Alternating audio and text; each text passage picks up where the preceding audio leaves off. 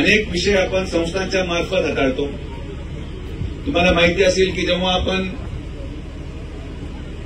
प्रसादालयामध्ये मोफत जेवण बंद करून आपल्या मुलांसाठी कोचिंग क्लास चालू करण्याची मागणी केली, तर संस्थांनी आता प्रथम दर्शनीय जेवढे विद्यार्थी संस्थांच्या शैक्षणिक संकुलामध्ये शिकतात त्यांच्यासाठी स्पर्धा परीक्षा केंद्र चालू केलं.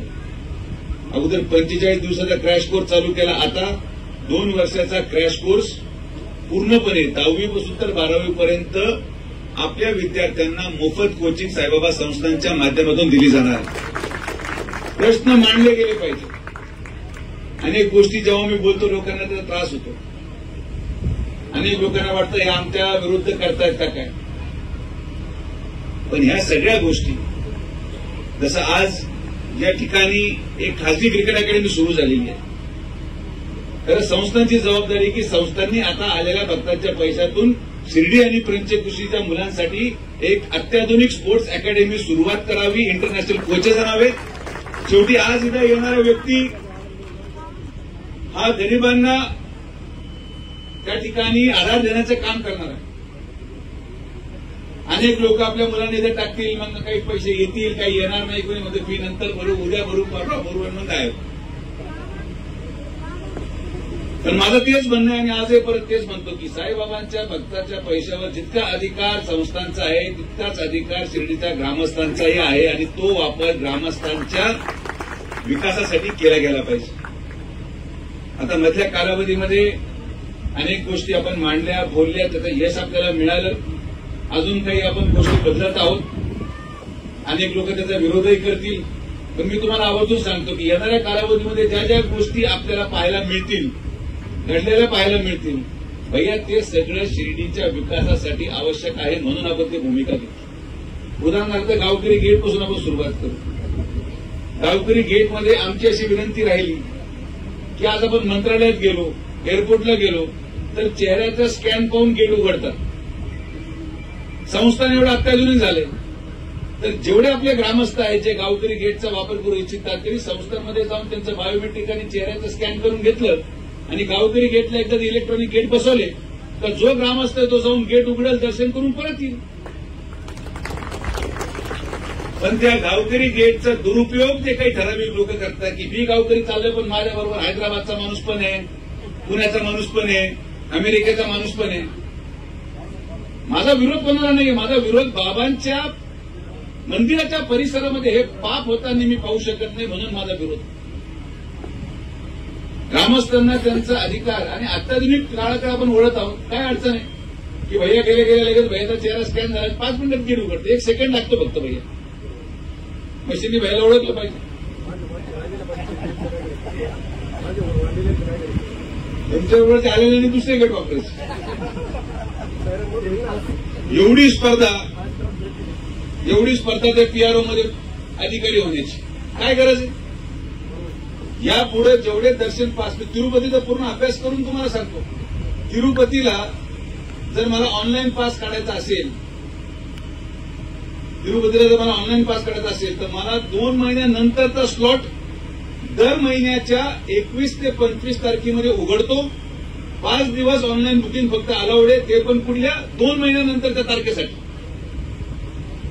ज्यांची ऑनलाईन बुकिंग आहे त्यांना 1 दिवस अगोदर येऊन शिर्डीमध्ये किंवा तिरुपतीमध्ये रिपोर्ट करावं लागतं आणि मग तो दुसऱ्या दिवशी दर्शनाला पात्र होतो. काय फायदा झाला तिरुपतीचा.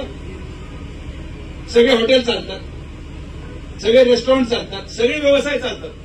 का? कारण की तिथल्या येणाऱ्या माणसाला थांबावंच लागतं.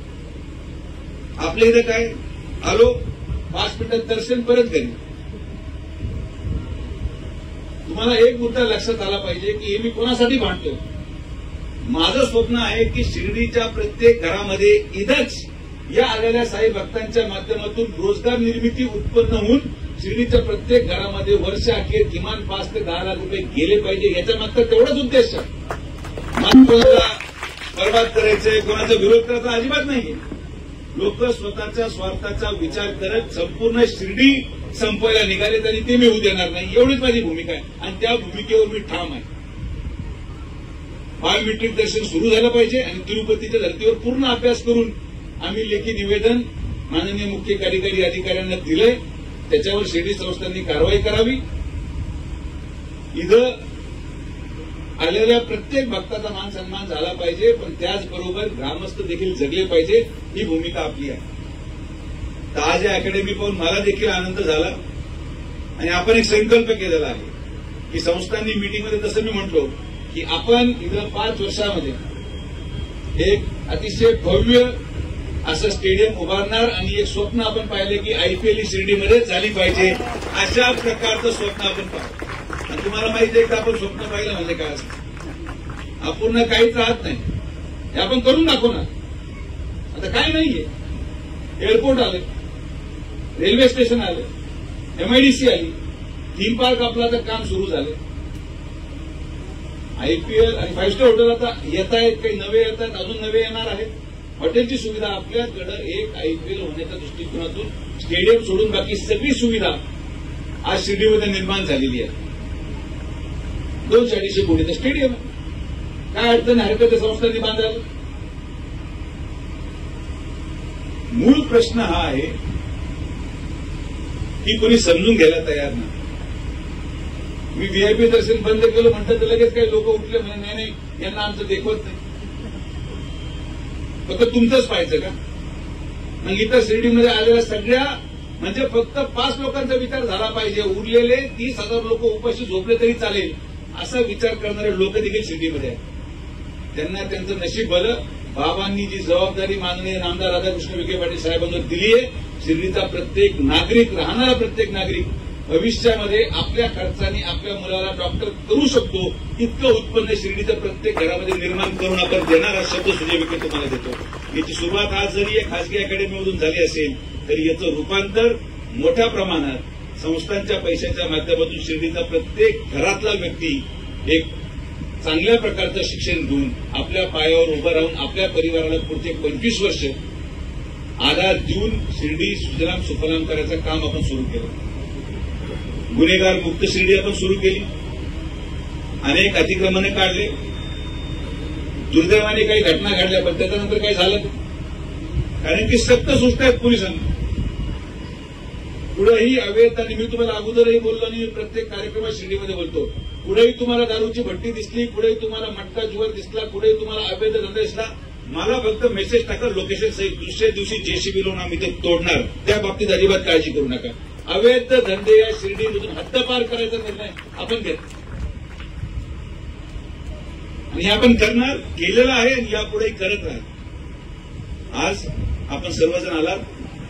आपण एक पिढी निघून गेली. बापूची असेल, यादवरावची असेल, भैयाची असेल, ताराचंद्रांनी आता आम्ही आता 40-45ला पोहोचलो. पण इथं हे जे मुलं, छोटे छोटे मुलं समोर बसले, जे शिर्डीचं भविष्य आहे, यांच्या भविष्याची बांधणी जर आज केली तर 25 वर्षानंतर हे मला प्रश्न विचारू शकणार नाही की तुम्ही आमच्यासाठी काय केलं. आज जर पाया रचला तर त्याच्यावर इमारत उभी राहणार आहे. म्हणून तो पाया आज रचला गेला पाहिजे, हाच आपला उद्देश आहे. एवढंच माझं आपल्या या ठिकाणी सांगणं होतं. आपण सर्वजण आलात, सगळ्यांचे मनापासून आभार. मला विश्वास आहे की या जमिनीतूनच, या अकॅडमीच्या माध्यमातूनच चांगले खेळाडू तयार व्हावेत आणि चांगले खेळाडू तयार झाल्यानंतर त्यांना कुठेतरी उच्चस्तरीय संधी आपण निश्चित आपल्या आपल्या ओळखीने द्यायचा प्रयत्न करू. हा देखील शब्द मी या ठिकाणी सगळ्या खेळाडूंना देतो.